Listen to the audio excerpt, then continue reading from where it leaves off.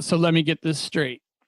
You came to your brother's house for the increased bandwidth, yet they're downloading Fortnite on the bandwidth and doing it within 10 feet of where you're sitting. Yes. Hi, Jackson. Hi. All right, you guys are gonna have to cut the chatter. How did he hear me? He didn't. Oh, he said hi when I said hi. Did you hear him say hi? Yeah. Out of my headphones? Oh, okay. I guess they're cranked. Apparently. Or he's got his supersonic hearing turned on. Do you have emergency vehicles out your window? Thought I saw blue lights. They might have zoomed by. It happens from time to time in this neighborhood. Okay. Neighborhood watch. Can you actually hear them in the background? Oh yeah. Okay, they're going upstairs. I've been downloading 80 songs, so cue the I think we're alone now. I don't know if I can use copyrighted music, can I?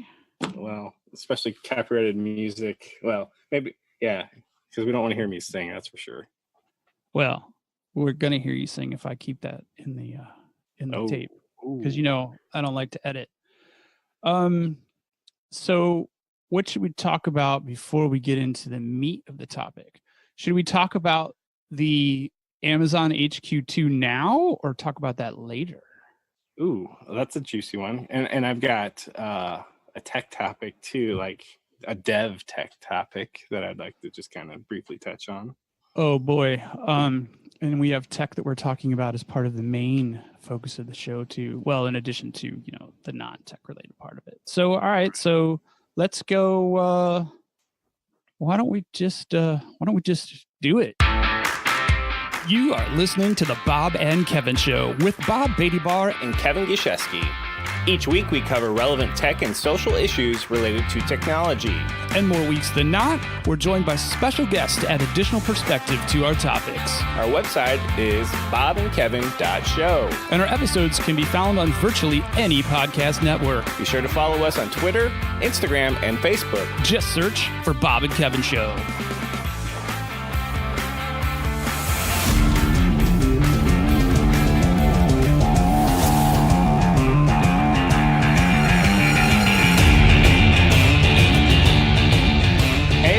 What are we doing today? Kevin, we are going to talk about a little bit of Amazon HQ2. We're also going to cover some of our fascinating adventures in our personal lives and how that relates to some show content. And we're also going to talk on a dev topic, apparently, that Kevin has in his back pocket. I think we're probably going to start with that one. So I'm Bob Beattybar from the Bob and Kevin Show, and my co-host, as per usual, is me. God, he's terrible at that. We'll just call him me for today because he refuses to introduce himself. Ever. So anyway, Kevin. Yes. Because I'm going to just call you Kevin because you're the Kevin of the Bob and Kevin Show. So you said you had a dev topic. So what do you know? What do you know about Signal R? Ooh, a little bit. I've played with it in the past, integrated some of it into the back office of my favorite CMS. Well, I actually didn't integrate it into the back. I think I integrated it into the front of a website. But anyway, I've played with it a little bit. Yeah, so I believe it's by David Fowler. Gosh, I probably got that wrong. At Microsoft, he's the author. Follow him on Twitter. But the gist of it is you can have two separate clients, and they can be synchronized through a hub in real time, so you can communicate. The classic example is a real-time chat client where you can do like a pub sub thing. And so I've been messing with that this week, and I think it's kind of cool. So are you using it for bidirectional chat, or are you using it for something else top secret that you can't talk about? Completely personal project. Just playing. Yeah, this is definitely one of those. You know what? That looked cool because I just finished Ready Player One, the book, and that was amazing, which is fiction. And I like to alternate between fiction and nonfiction. So for my nonfiction reading, I picked up a Signal R cookbook, and I'm going through it, and I'm like, that's kind of cool, clever how that all kind of works. It's a pretty easy setup too I mean, I did it a couple years ago now, but it was a pretty easy integration, pretty easy setup. We're on 2.0 now, which I think the main sizzle of that is it uses the Owen pipeline. Side note, the Owen pipeline is deceptively simple yet amazingly frustrating at times. So do you think you will document some of this adventure to help those of us who aren't quite so tinkery as yourself? Maybe. The real the trouble you run into, I think, with Signal R is finding a use case for it. So how often do you need a real-time synchronized thingy? You and I had kind of messed around with, well, wouldn't it be cool if we had a podcast soundboard that if I pushed a button, it reflected in your browser without, any sort of effort on your part, that, hey, this is in the on position, and then Kevin hits it off and automatically in your soundboard, it maybe is in the off position, just cause, real time. Well, that's a pretty good use case, but I guess not everybody has a co-located podcast. That's true. Most podcasts, I think, are in-house together, and those really fancy schmancy ones have a producer and who is running the soundboard, and it's not a problem. Could you imagine if we had a producer in a third location? That'd be very interesting.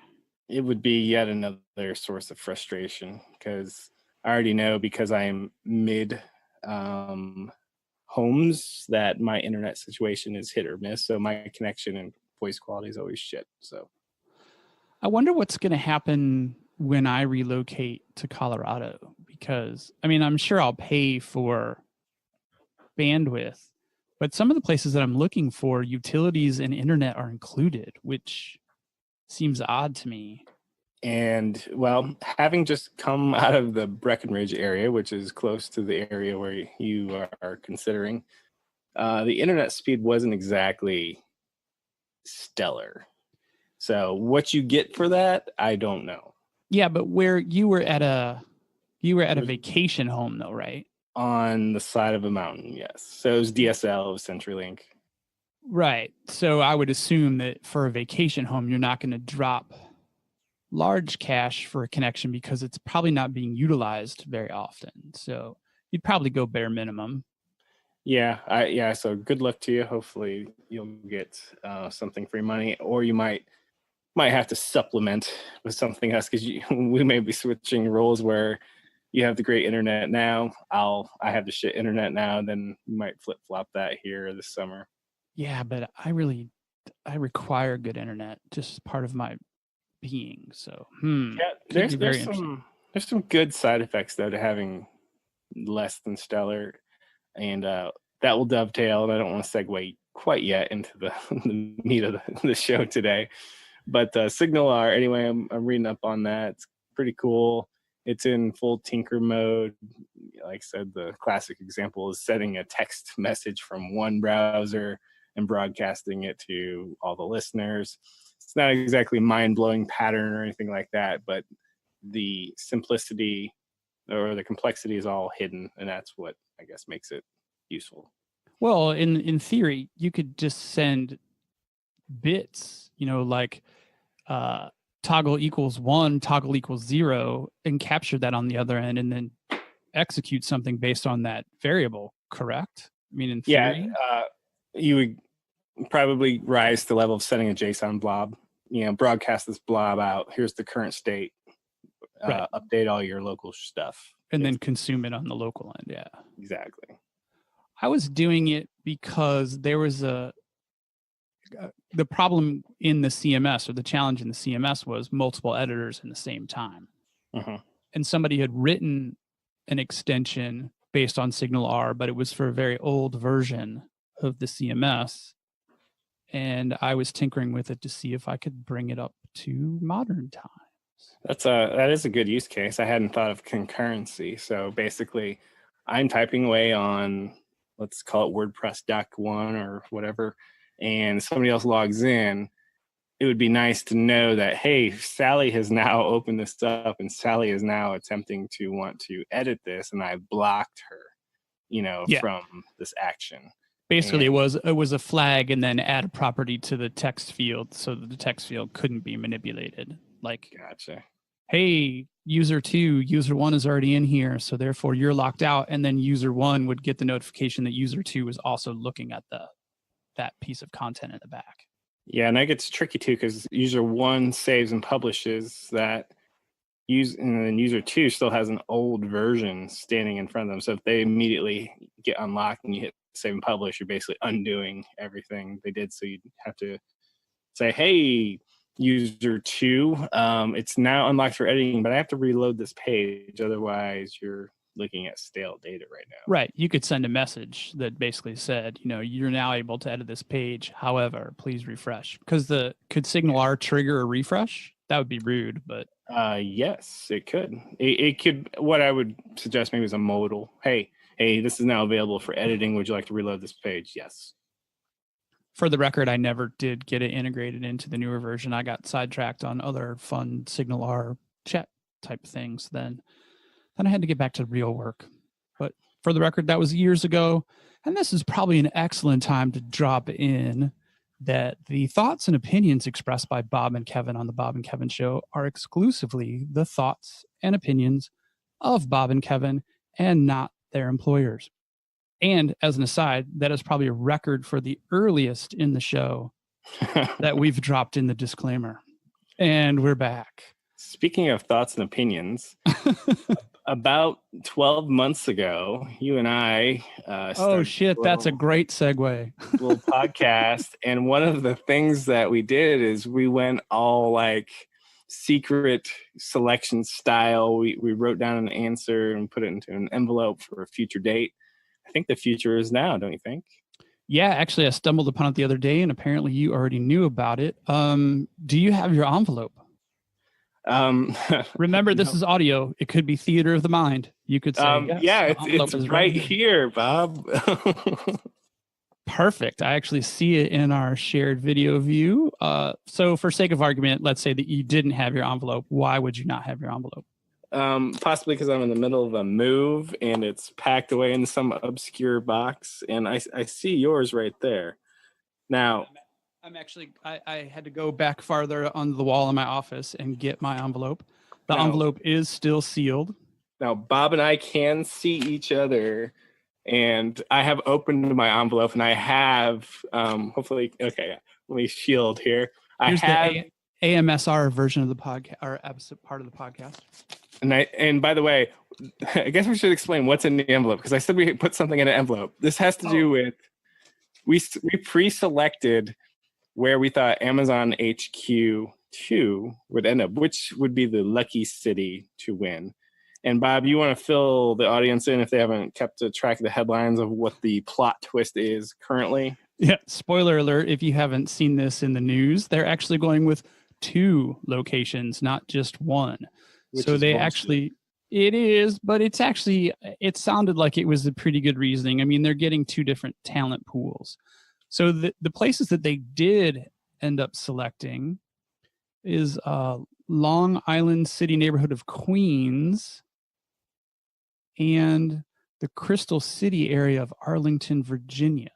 So basically DC, Yeah, or DC Arlington or New is York. DC area. We would accept DC because I don't think Arlington was actually in the original list. Well, they had like 3 or 4 DC area. Oh, then maybe Arlington was. Seems like a pretty realistic place to go. Yeah. So we'll accept New York, DC, or Arlington. We'll accept either of those. You're going to be really disappointed with my answer. What did you select, sir? All right, let's do a 3, 2, 1 reveal. Then we'll read it each other's. Ready? Right, 3, ready? 2, 1. Can you even see mine? You Yes, need I to lower- can, and I You would have need to never. lower yours.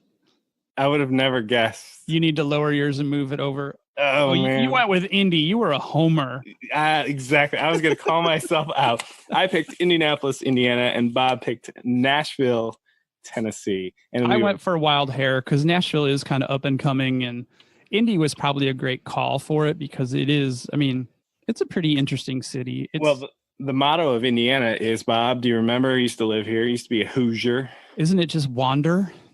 It's hey, we got rest stops. No, it's pretty close to that though. It's the crossroads of America, and if I could translate that, that would mean yes, we have Porta Johns here for you. The crossroads of America. Yeah, and Indianapolis is a good mid-sized city, I would say. Mid-sized capital city. Indianapolis has Amazon warehouses, several of them in the area, because geographically located, it's not too bad. But I made the two follies on this prediction. I went with the Homer selection, which is duh. And then two, I guess I assumed geography would make sense for logistics, and I really don't think now that HQ2 is logistic based. It's more creative and management based, in my opinion. Well, now they do have, so they've got Seattle, and now they have Northeast Coast and Central East Coast, really. Yes. So, I mean, there could be some geographic advantages there as well. Yeah, but think about the one on Long Island. Do you really want to put yourself on an island where there's only one way off? True. That does seem like. Do they even have the space? That's interesting. Yeah. What the heck is that going to run? So each location is going to get 50,000. Wait, no. No, they're going to cut it in half on each one. Is what I was reading. Oh, 50,000 in two locations, so 25K each. That's still a pretty good. That's still a pretty good drop in the bucket. Absolutely, it is. Retrospect, my third choice would have been Denver, and my third choice probably would have been Austin, Texas. What about you? Do you have any runners up? Indy probably would have been in my top 3 for sure. And Austin, just because you just mentioned it, does seem pretty appealing. Texas is crazy. My middle kid lives in the Dallas suburbs now, and the Dallas suburbs literally start as soon as you cross the Oklahoma state line.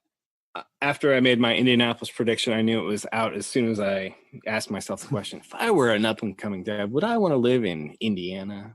And the answer is probably not. I mean, Indianapolis is nice, but it's not cosmopolitan. There's no large body of water right there. Think about how 25,000 employees could possibly shift the social aspect of a community like that. Well, Queens, it's not going to, because Queens is packed. It's New York City. Indianapolis is one of the two blue areas of the state, and I don't know if any demographic would be shifted there. It would be more of a doubling down in that area. So it would have been a good forcing. Yes. So I'm a big believer in creative people like water. Does that seem weird? No. So the effect is brain drain, and usually the magnet for creativity is the water. So that's why you got West Coast, East Coast. That middle part is tough. Now, Denver is how do you explain Denver? Denver is pretty, cool and hip and all that. And I would say mountains. So. Yeah, there's some pretty good bodies of water up there too, though, in the mountains, which are even better. Yeah, so anyway, we both suck at predicting, and Amazon is one step closer to eating the world. Yes.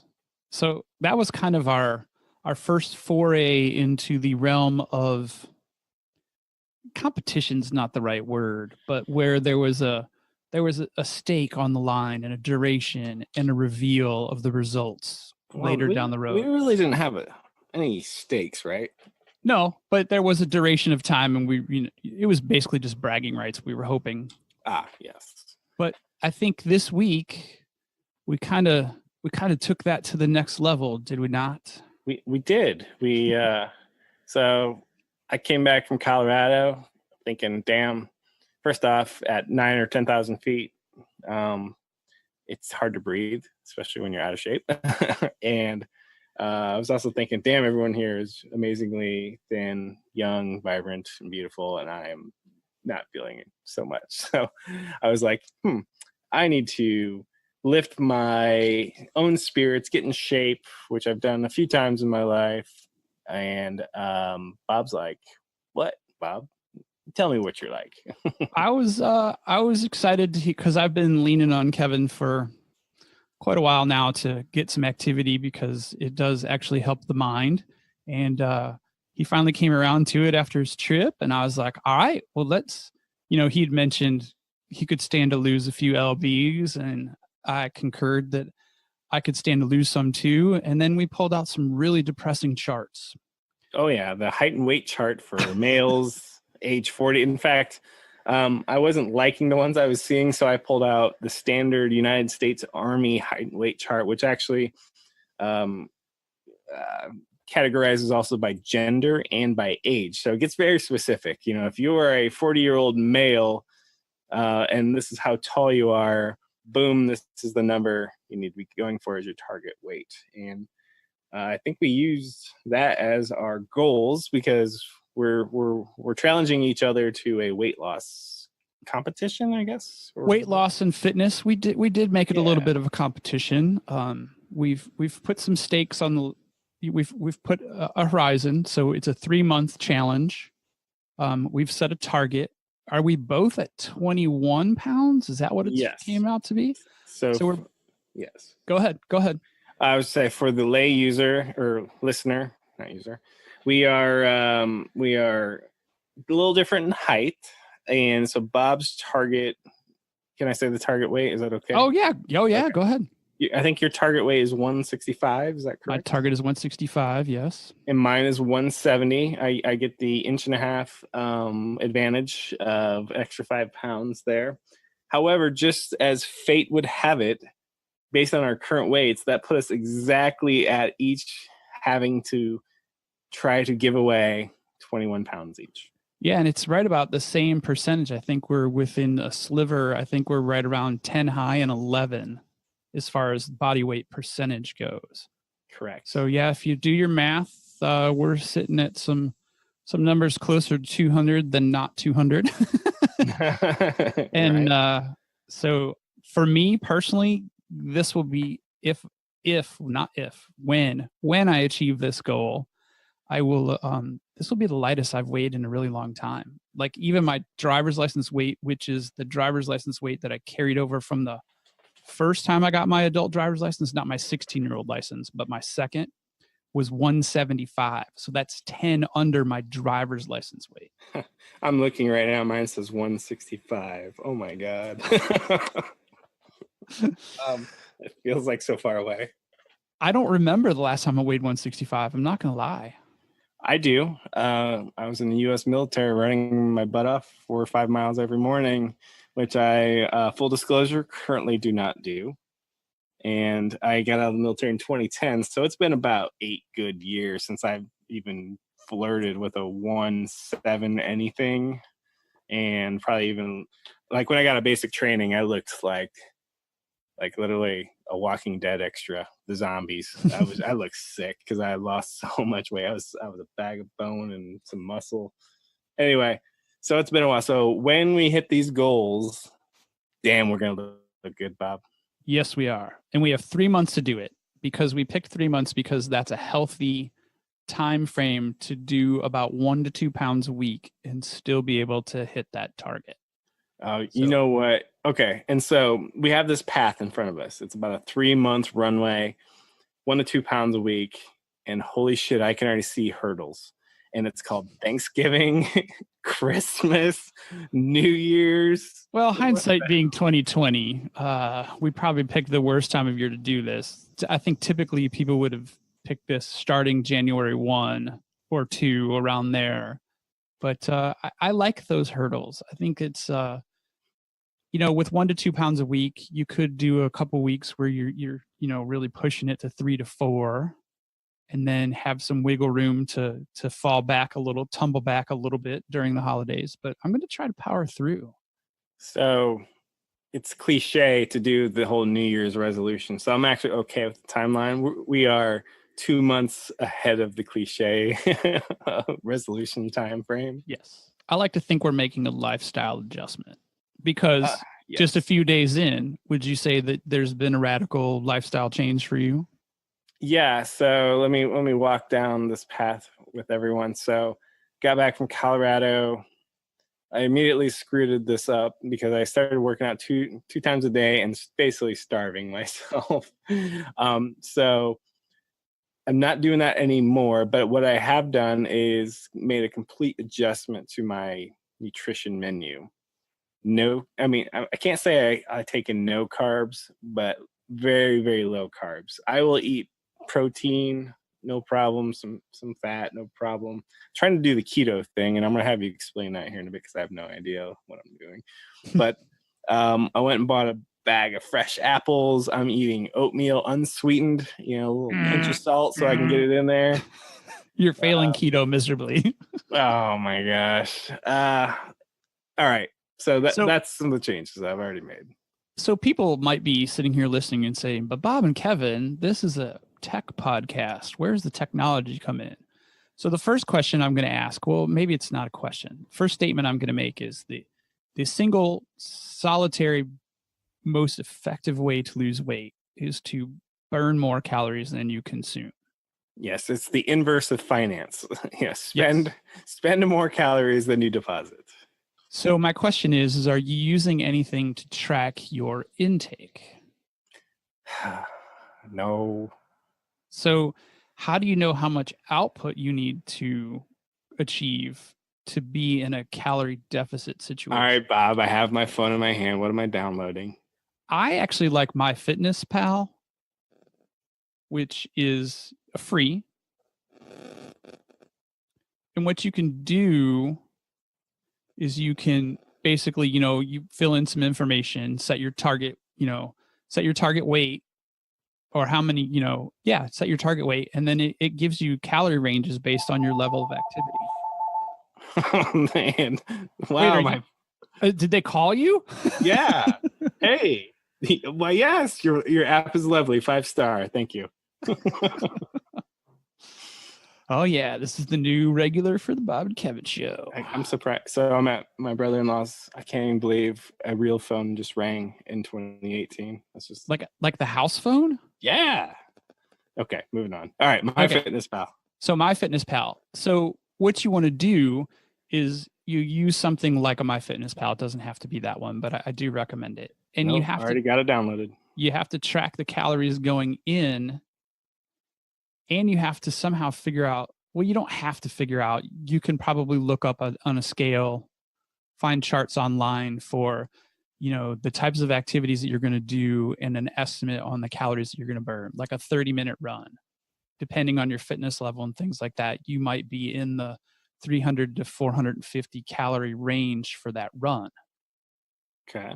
So you can calculate that into your numbers with MyFitnessPal and then know if you're actually living in a calorie deficit or not. Because I think a common thing is people decide that here's a food group or here's a collection of food groups that are healthy, but I'm going to consume 2,000 calories worth of them in a day.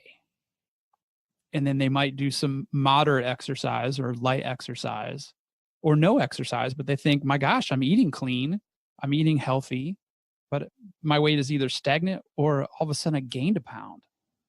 So that's one level of the exercise versus nutrition battle. So I'm going through the little wizard, and it's got what's your week? It's doing my height, weight, birthday. By the way, when you hit the birthday, the default year that comes up is 1983. So I felt bad that I had to pull back 5 extra years there too. Anyway. Oh, 5. I feel bad having to scroll all the way down to 1970. Ooh. So now I'm on the goal weight. I put in my goal weight, and it says it recommends that I lose 1 pound per week. So we're enough time out where we could do 1 pound a week and still hit that. I guess we probably are 20-ish weeks from there. Yeah. Well, it didn't ask me for an end date. It just said what's your target weight, and so it didn't really. So I haven't gotten to the part where maybe it forecasts. Oh, I wonder if that doesn't have an end date. You just pick your end weight, and it gives you a healthy. I think if you adjust your target calories, it'll adjust that too. Okay, so I want to know when I can pull the trigger on that new Speedo. TMI, sorry. All right, so MyFitnessPal. Okay, so You're right. It's a good point. Because right now I'm totally going by, well, I feel like I'm doing well. Right. So what you can do after a while is you don't necessarily need that because you know what your exercise calorie burn looks like. Now that will go down as you get in better shape. So you'll have to do more to burn more calories. So it's suggesting that my daily goal to lose 1 pound a week is 1,700 calories. That feels really high. Like, yeah. So you could go 1,500 and probably lose a little bit more a week. But did you put in a level of activity that you normally do? well, yeah, and I took it to mean because it meant, or it asked it like it was your profession, Right. And Like, do you so, sit a lot for your job? exactly. So I had to go with the absolute worst. Yes, it's a low activity.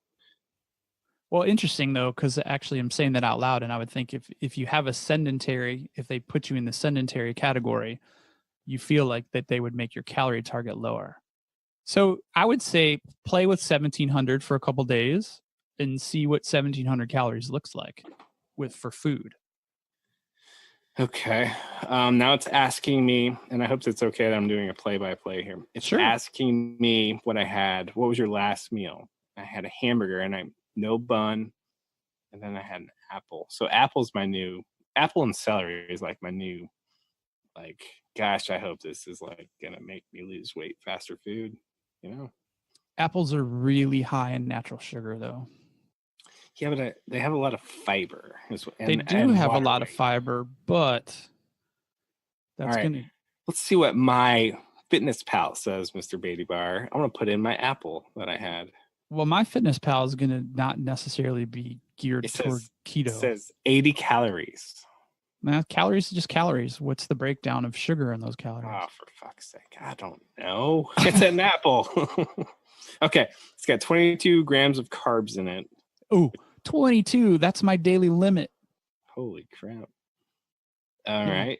Well, this is cool. So, I mean, you're using this. So I'm showing you. Yes. Like this is new information. You're like, yeah, I know. Okay.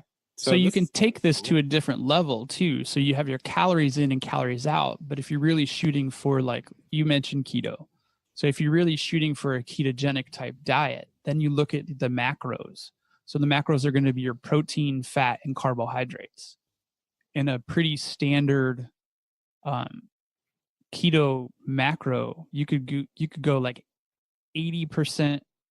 I'd have to look this up in my app, but like 75% fat, 20% protein, and then 5% carbohydrates is a pretty standard.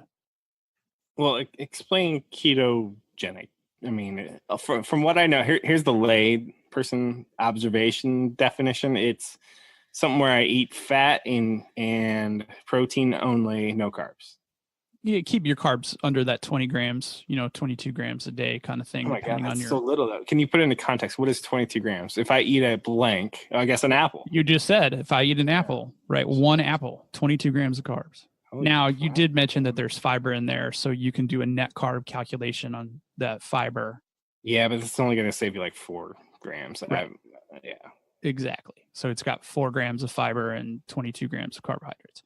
So the key to ketogenic diet is you're basically teaching your body to burn fat for energy instead of sugar. Okay. So by not using sugar in your diet, your body's going to burn the next most viable thing for energy, which is fat. So the macros are just goals. Like the only one that you really want to be strict about is the carbohydrates. And then the protein, is kind of just like a target, but the fat is the lever. Like fat makes it burn. So is it possible to take in too little food and just screw everything up? Well, yeah, because what happens is if you don't take in enough calories, which is part of the reason why you track them anyway, is that your body will adapt to that and be like, whoa, we got to slow shit down because we're not getting enough calories to sustain what this body's used to. So you don't want to starve yourself. That is not good. Wow, they've got like everything in here. It's like have the Applebee's menu. And I put an apple like to search. Yep. Did you mean Applebee's? And do you want to see their menu? Holy crap. That's like pretty amazing. Yeah. So, you can some of that is crowdsourced, but also some of that is just data share, I believe. So like Applebee's will share their information so that, I don't know if they get anything out of it, but It's funny. I just read an article about Applebee's, how when they went for a healthy menu, they totally tanked on sales, and now they're back to like basically crap food, and people are like coming like crazy now. It's kind of weird. I would love if there was like a keto friendly food establishment near me. It's kind of a drag to cook all the time. So Bob, I've added my lunch and my dinner for the day, which it says I've only got 645 calories in those 2 meals. And I'm going to add my breakfast, which I only basically had an apple. And so I had a lot of apples. So 44, 44 carbs already. Bastard. An apple and oatmeal. Yes. Oatmeal. Check the carbs on that oatmeal, brother. I did, because I was checking instant oatmeal, which is like got all that great tasting flavor. Yep. Versus regular oatmeal, and it was quite similar actually. The only difference was a few, 10 grams of sugar. So I was kind of shocked at the lack of gap between those two. Yeah, you do get a fiber. You get a fiber bonus in there too, but so I'm trying to think what my next thought was about ketogenic. Yeah. So is keto a fad thing? Has it been around a while? Is it like what was the Atkins diet and things like that? So the ketogenic diet actually has its background in more related to the brain benefits. So the ketogenic diet was started, I think, in the early 1900s. And there was a scientist who discovered that treating children with seizure disorders, the fat-based diet actually helped reduce their seizure activity. So that's kind of where it got started, was the high fat, totally related to brain activity. Interesting. Brain function. The Navy SEALs adapted ketogenic lifestyle for their the divers, because they would use the rebreathers, and the rebreathers, one of the side effects of that was seizures. And so they discovered that on a ketogenic diet, the divers were less susceptible to the seizures due to getting the bends. I don't even know or just the lack of oxygen to the brain, I guess, with the rebreathers. So the military has adopted it because of that, and the fact that in some of the studies that they're doing, they're seeing a faster healing from injury and wound. So like if somebody has an open wound on a ketogenic diet, the wound heals faster. So there's all kinds of, I'm paraphrasing a lot of this research, but it does sound magical, not gonna lie. What? But it sounds magical. There's some positives, but you have to do it correctly. Just like any of those, well, not a fad diet, just like anything, if you go overboard and you don't follow like you can't just eat bacon. Oh my gosh, that was my kryptonite. Giving up bacon is on keto you can eat bacon. Like how much though? Well, you can't eat, you have to eat other things, like a perfect keto breakfast. Like the macros are in perfect balance. 2 eggs, handful of slices of bacon, and half of an avocado. It's perfectly keto balanced meal. And I think it's only like 280 calories, 350, somewhere around in there. I could be lying. I could be lying on that. So talk to me about like tea and coffee. So I've read before, well, tea and coffee is a diuretic because it has caffeine in it. But I read an article recently, and by the way, I'm sure I'm surrounded by confirmation bias when you do anything weight loss on the internet. But I saw an article that says that it still counts as water. What say you? Well, it totally still counts as water because but if you're doing it right, you're consuming so much water already that it doesn't matter. Like it's just bonus water at that point. Right. I was just reading an article the other day about the right time to have your coffee. and how cortisol, when you wake up in the morning, serves a purpose. But if you slam a cup of coffee in your face right after you wake up, then the cortisol and the caffeine are actually fighting each other, and you're not getting the benefit of either. So it's best to wait, an hour, hour and a half to have your cup of coffee and let cortisol do its thing in the morning. So, a lot of this stuff is timing. Well, a lot of it's timing. I'm sure my timing is all jacked up. One of the things that I also play with when I'm trying to cut weight is intermittent fasting. I think you and I have talked about this before. Like I'll only eat between the hours of noon and 8 p.m.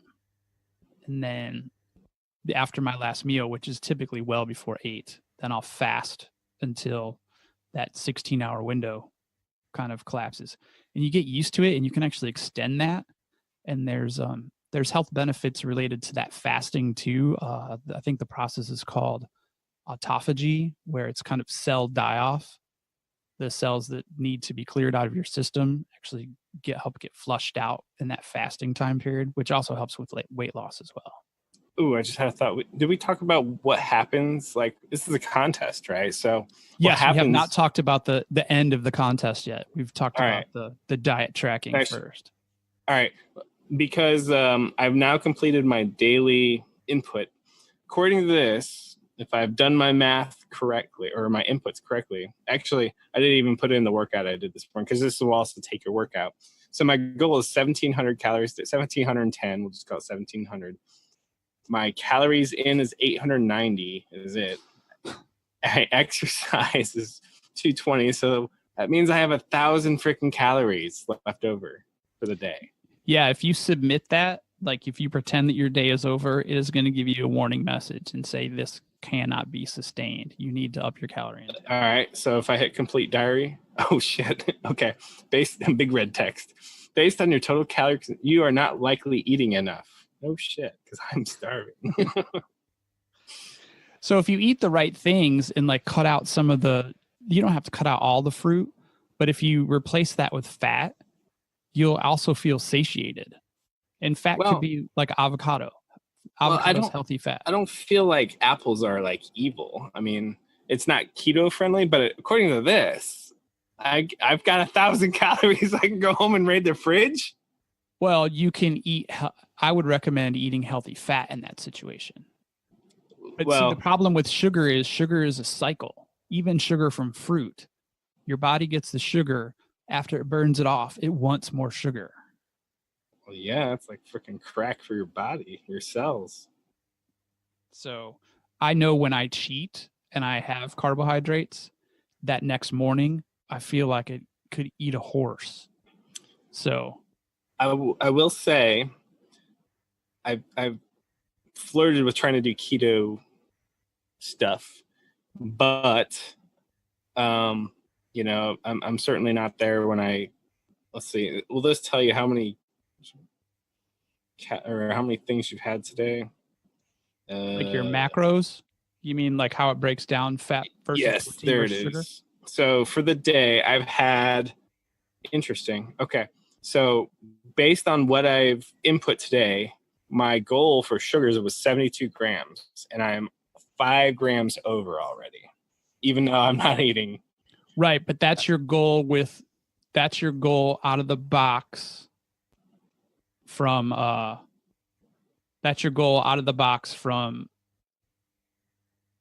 MyFitnessPal. So that's not based on a ketogenic diet. That's just based on the MyFitnessPal macros that they give you. Well, as much as I want to do keto, I think I'm just I need something very data driven, and this is telling me exactly what to do and what not to do. So according to this, I can eat some protein. I actually can have 200. Holy cow, this will blow your mind. I can have 241 carbs. Look, it's right here. Data. You can go that route if you want. Well, I don't. No, so I'm actively trying to cut carbs, so no big deal there. My calorie goal is 1,700, by the way. Interesting. So okay, so here's the problem. I haven't lost any weight, and I've been doing this a week. That might take a while for it to kick in, but I would say it's because you're not getting enough calories. First of all, I'm not a pro at this. I've just been, doing a lot of research, playing around with it a lot myself. But 800, if you're getting 800 calories a day and then exercising, your body is like in a hold right now. It's like, oh my gosh, these calories are precious. We're not going to burn a bit of them. That's why I asked if you were sweating when you ran. Yes, that was why I asked that question. Why, you didn't think I'd be sweating? Were you dripping sweating or? It was also 35 degrees outside, so that kind of had a little play to it. I don't know, if you get that motor revving, you're going to be like freezing at the end because so I guess sweaty. the audience doesn't know. I ran 2 miles, I don't know, like a couple hours ago, right before I ate dinner. I like to exercise before I eat. Is that something you do too? Yeah, no, I don't like to exercise after I eat at all. And I feel like I'm gonna. Yeah, no, because after you eat, your body is in a different reactionary phase. I'll try to do like taking kind of like smart fuel before I work out, but not like a meal, not at all. So this app, when I hit complete diary, it's got that warning. It basically says we're not gonna. I guess there's like a social media element to this. We will not post this, and we will not show you a 5-week projection because we think you're freaking crazy. Oh, that's new, because it used to say, well, no, I think I do remember it saying it wouldn't give you an update, but I didn't remember that must be new on the social sharing thing. So this is basically telling me go home, eat some damn food, and then come back and hit the button. Yep, get some calories and then close it out. Have you gone premium? Because it's asking me to go premium. What does premium get me if you know? I think premium allows you to set your macros, which without it, I don't know if you can. Okay. So I'm flirting with the notion here because, God damn it, Bob, I want to beat your ass in this. I want to hit the goal first. That's very interesting. There's a 30-day free trial. Yeah. I have 316. I got 316 calories. Holy cow. How much do you think this costs? $59 a year. Okay. You and I are on different planets because you were way closer than I would have imagined. So it's $49 a year. Yeah. Well, I am a premium member, so I knew that. Oh. So wait, $10 a month, that's $120 a year. Well, yeah, so you get a huge discount if you pay for an annual. Yeah, I pay annually. Okay. So that's in line with the whole healthcare industry because losing weight is big money, man. Yeah. So every one of those apps is going to be right around $50 a year. This is cool. This is probably the most useful thing I've gotten out of this damn show. See, and we've filled our tech requirement because we've talked about technology, so that's great. You know what, audience, we've finally given you a solution to a problem. We did. Oh my God, 23 episodes in and we gave a solution. If you want to track, well, you have to track to know if your intake is less than your output. So yeah, MyFitnessPal, there's all kinds of different ones too, but this one's been around for a really long time. And its food library is really good. And yeah, I'm a big fan. Okay, so we just did some tech. Let's go some non-tech. So what kind of exercises you throwing at yourself? So I like to do a mix of like usually mostly body weight training for me. So another app that I use is Runtastic Results.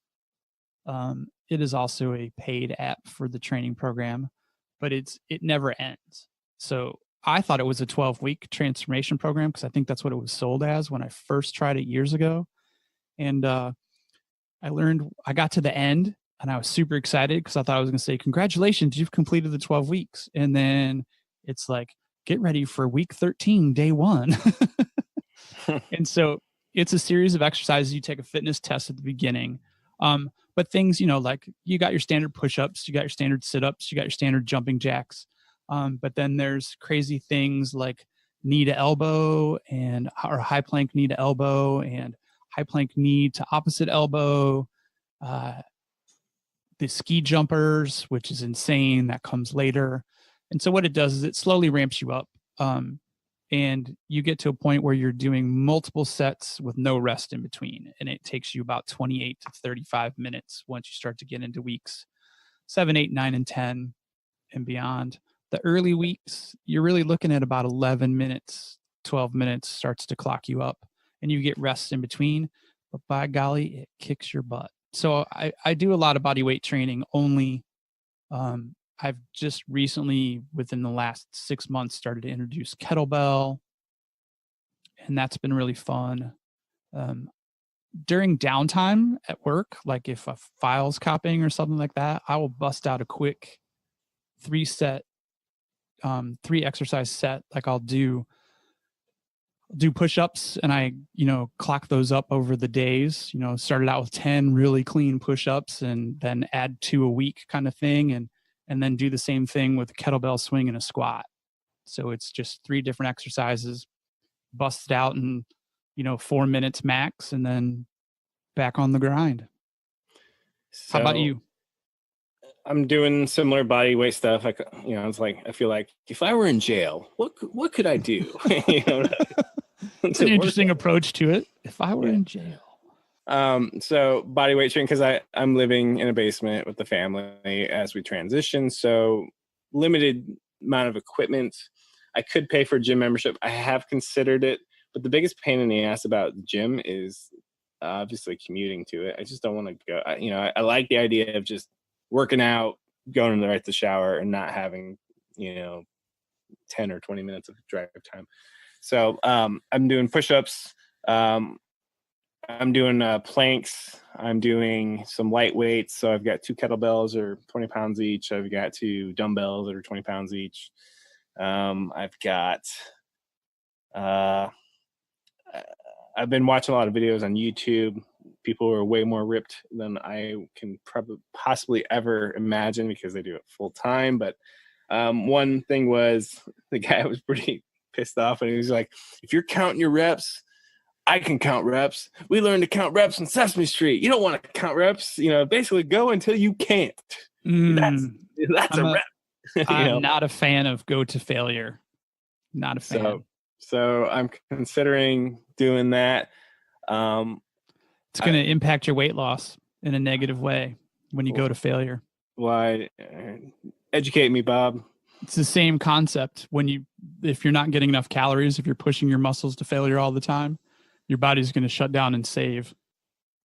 See, that's what I don't get. If your body shuts down and save, why wouldn't it do that all the time? It does. But if you threaten it, if you put it in a threat situation where you're trying to take away a bunch of calories, it's going to be like, I'm not going to give you an ounce. So, because in the Army, we were very structured, and it worked really well. I was in very good shape every time I was in the military, all the time. But at home, you have to have that self-discipline. So right now, I set some arbitrary goals. So I'm doing 6 exercises, 3 reps each, and they're kind of grab bag of what they are. So I've been doing 3 reps or 3 sets? 3 sets. Sorry. Okay. So flutter kicks, windshield wipers. I mean, all these exercises have these strange names, and they're sometimes not very descriptive of what the heck they are. But, but basically, a windshield wiper is if you lay on your back on the ground, bend at your waist or your hips, put your feet all the way up, and then throw your feet to the left, and then come to center. Throw your feet to the right, come to center, and so on and so forth. Obliques. Working those obliques. So I've been trying to work the core more. And then I decided, you know what? I can't let Bob beat me. I need to get some cardio in.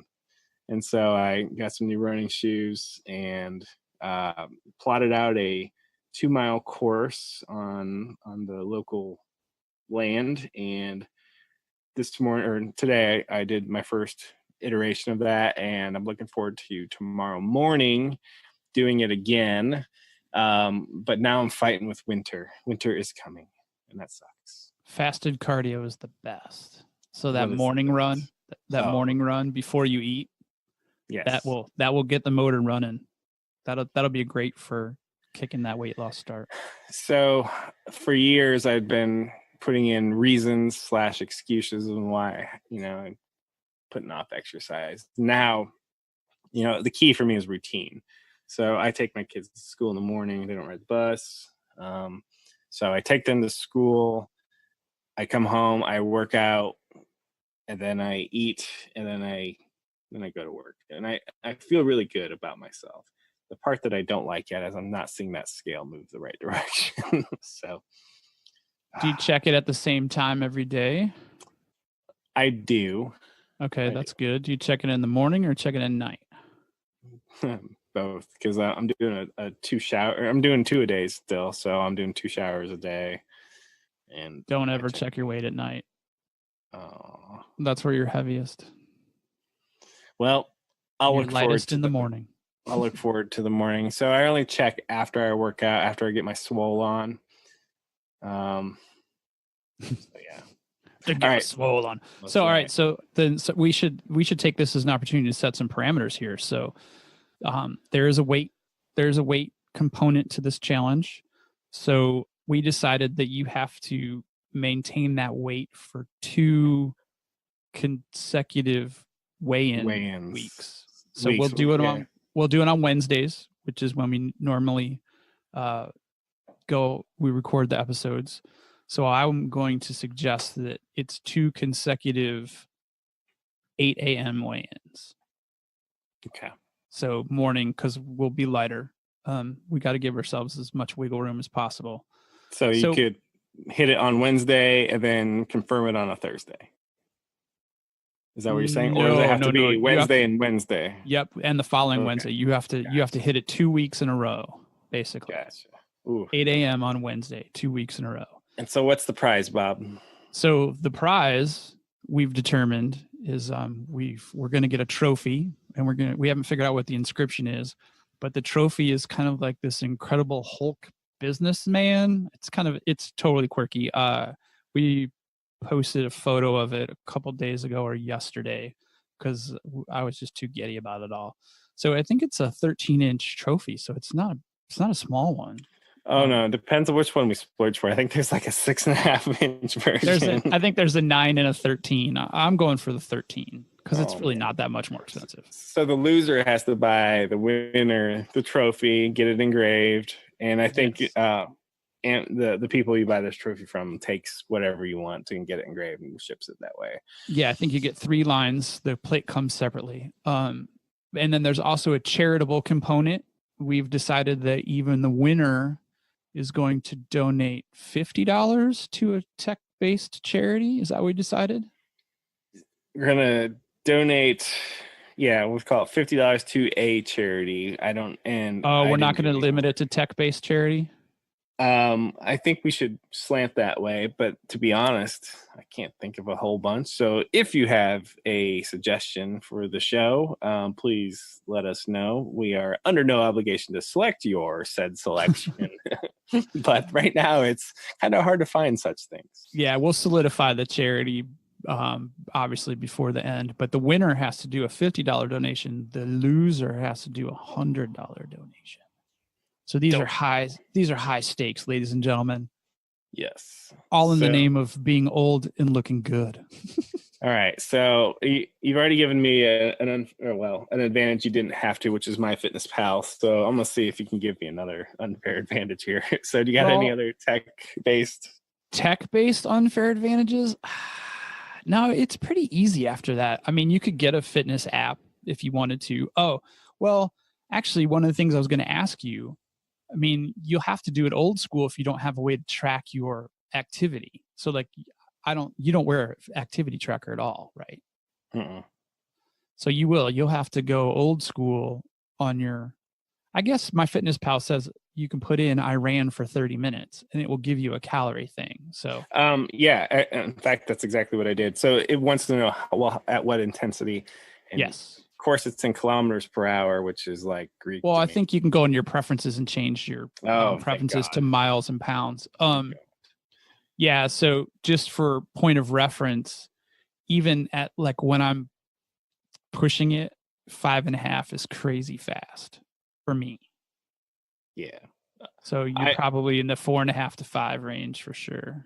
I mentioned to you that I wish I could verify or say that I didn't walk at all during my first 2-mile run in many years, but I had to catch my breath. I used to run 5 miles without stopping, no problem, in North Carolina humidity, but that was a decade ago.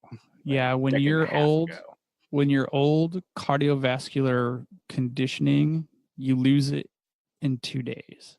So, ooh, speaking of which, so I played my first basketball game. So I joined a basketball league to help out, because when I join something, I commit, and it's like, damn it, now I gotta actually go. So I can't flake out on these. So I played my first game Saturday. We did lose by 6 points, but that's like the closest margin this team apparently has ever gotten to a win. So we kind of took it as a moral victory. So did you bring the buckets? Were you high scorer? Oh no,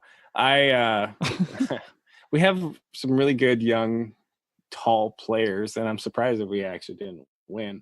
No, I'm more the Dennis Rodman without the piercings.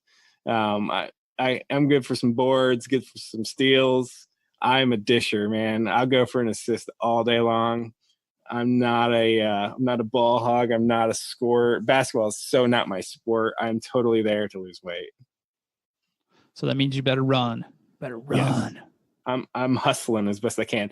And I got that, and the first time you're in that, oh my God, my lungs are burning and I've only been in for 30 seconds. And then later in the game, it was a bit easier. But so yeah, I'm trying to hedge my bets here in many, many ways. I think I'm just not eating enough, apparently. Yep. You got to eat more. You got to eat the right stuff. You can't be picking up calories from candy. Well, tell me if you're gonna hate me on this one. So I like celery, and I know celery is catabolic, right? Or not catatonic. Yeah, it takes more to burn than it is. Right. So as a I got a craving right now to just eat something. I'll eat about 4 full celery stalks. And dude, are you crapping bricks yet? Not yet. But, that's not gonna be good. It shouldn't be bricks, right? There's a ton of fiber and all this stuff, so it's supposed to soften. I don't know if you're packing in that much celery. I'm afraid you're gonna poop carpeting. It's gonna clean me out, if nothing else. That's for sure. So we'll probably give a little bit of update each week on our progress. We'll have a little, I guess, a segment, and go ahead. Do we want to say what our weigh-in is? Do we want to track it like that? I think we could give a weight update, and kind of what we've done. Right done. now, I own Mountain 191 is where I'm at. That's not where you started though, right? Or is it? Yeah, it is. It is with this. Yeah, because I think the lead up to the weigh-in, I actually lost all my water weight. And now I'm at my plateau where it's like, no shit. Okay, now it's fat from here on out. So if I was at if my goal is 165, 21 plus that is 86, right? Mm-hmm. Yeah, and I'm at 82 right now. Oh God. But I told you the other day, I'm going to get down to 175 really easily. It's the last 10 that's going to kill me. Yeah. So in 2015 at some conference in San Diego, I worked my ass off in the elliptical, which is in my storage unit now, doing me no good. I got down to 180, and it was 45 days straight of just hustling on that elliptical and eating eggs, basically. So, I know it's possible, but I also know that there's another plateau just waiting to piss me off. Yeah, but you're going to get a big whoosh here anytime, guaranteed. So you'll get a big drop, and then you're at 191. Your next plateau will probably hit 180-ish. That last 10 is going to be hard for both of us. Yes, and honestly, this is I would almost call this one 60% mental, 40% physical. Oh, I would even sway it heavier than that. Okay, I won't push back on that, because getting into the exercise mind every day, eating correctly 3+ times a day, and the holidays and birthday parties for kids, and I already had to survive one of those. Oh my God. I love pizza, and that's what they're serving. And so I scraped the toppings and I just ate the toppings. That was that guy. So no that cake. works though. That works. Yeah, so I basically had cheese and pepperoni off 3 pieces of pizza, and I was starving the rest of the night. So, My big downfall is beer. well, I've got a leg up on you there because I actually don't. I mean, I love me some beer, love me some vodka, love me some White Russians, but I reserve those for social events. And I'm so socially boring most of the year. That's going to work in my favor on this contest. Yeah, I've been pretty good on the beer the past couple weeks. Well, no, actually, that's a lie. I've been really good on the beer since we talked about doing this. Because that's not very keto friendly, right? Oh, not at all. It's not diet friendly, period. Is there like a Michelob Light or some There's sort Ultra, of Michelob Ultra. It's low carb, low calorie. Right. So that's what I was going for. I mean, there's no such thing as a no carb beer, right? It's called water. But I imagine that if I knew what urine tasted like, it probably tastes like Mick Ultra. Ouch. It's kind of like Natty Light. Yeah, sorry. But they probably won't be a show sponsor anytime soon, but yes. I like real beer. Me now too. I'm on the vodka. I don't know how. Yeah, sorry, I took us to alcohol because we could probably talk a whole show on that. I wonder if there's tech in beer. I'm sure there is. Oh, right? no, Untapped. Yeah. Do you not know that app? No. That's a whole nother show. We'll talk about beer apps on another show. Yeah. Because we're getting to that 1 hour and 10-minute mark. So I think it's safe to say that we'll give everybody updates. Please add us if you think this is stupid and you don't want us to talk about it, but we probably will anyway. And we will try to keep tech involved in it. What do you say, Kev? What parting words do you want to send out? Oh, no. Because I just gave my parting words. I don't. Okay. Well, I thought you meant the parting words. No, I don't do those parting words. Well, damn it. Next time you see Bob or I, hopefully we look younger and more handsomer and fitter and all that fun stuff. And it's doing. It already is making mental health easier. That's a plus. But I tell you what, I want more. I want I like having one chin, not two, and I want that beer gut to be like something that's in an old picture that I don't want to show anyone and not really on me. So I'm excited, and I already think Bob's gonna win this one because I can't figure out how to eat. Positive mental attitude. And you got an elliptical, you bastard. You keep sending me pictures of look at all the calories I just did, Kevin. Bastard. Anyway, all right, Bob, we got one more order of business, and it's bring the skinny lightning.